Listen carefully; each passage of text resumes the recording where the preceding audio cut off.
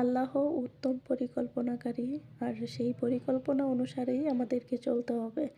আমরা যতই plan programme করে রাখি না কেন, আল্লাহ যেভাবে নির্ধারণ করে দিয়েছে যে কোন সময় আমাদের জীবনে কী হবে, কোন সময় আমাদের জীবনে কী করতে হবে, সেই অনুযায়ী সব কিছু হবে।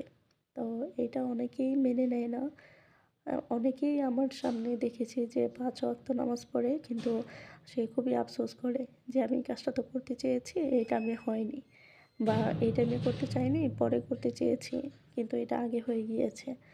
তার একবারও মনে হয় না যে আমাদের পরিকল্পনার থেকেও উত্তম পরিকল্পনাকারী আল্লাহ। আর আল্লাহ যেহেতু আমাদেরকে পাঠিয়েছে, আল্লাহ যেভাবে চাবে সেভাবেই আমাদের জীবনযাপন চলবে, তাই না? তো এই তো আজকে খুবই সিম্পল রান্নাবান্না। সিমের বিচি দিয়ে শিং মাছ রান্না করেছি, আর লোনা ইলচা দিয়ে লাল আলু আর বেগুন দিয়ে রান্না করেছি। তো এই তো খুবই শর্টকাট রান্নাবান্না। তো সবার রমজান কেমন যাচ্ছে জানাবেন।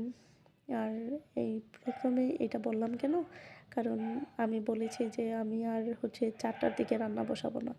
তো কী আর করার, আমাদের বাসার এই কী বলে এটাকে, মটর নষ্ট হয়ে গিয়েছে। তো আমি নামাজ পড়ে তারপর কোরআন তিলাওয়াত করে তারপর 4টার দিকে রান্না করতে গিয়েছি। তো এইটাই, আল্লাহ যেভাবে পরিকল্পনা করে রেখেছে সেভাবেই চলতে হবে। তো এই তো ইফতারের জন্য আমি দুধ, কলা, খেজুর এটা দিয়ে একটা শরবত বানাই। এটা খুবই হেলদি, আপনারাও বাসায় ট্রাই করতে পারেন। তো এই তো শুটকির তরকারিটা মাশাআল্লাহ খুবই মজা হয়েছে। আর এই সিমের বিচি এখন আমি শরবতগুলো গ্লাসে গ্লাসে ঢেলে নিচ্ছি। সবার রোজা রমজান কেমন যাচ্ছে, কীভাবে পার করছেন, সবাই কমেন্ট করে জানাতে পারেন। আর সবাইকে ধন্যবাদ। ভালো থাকবেন। আসসালামু আলাইকুম।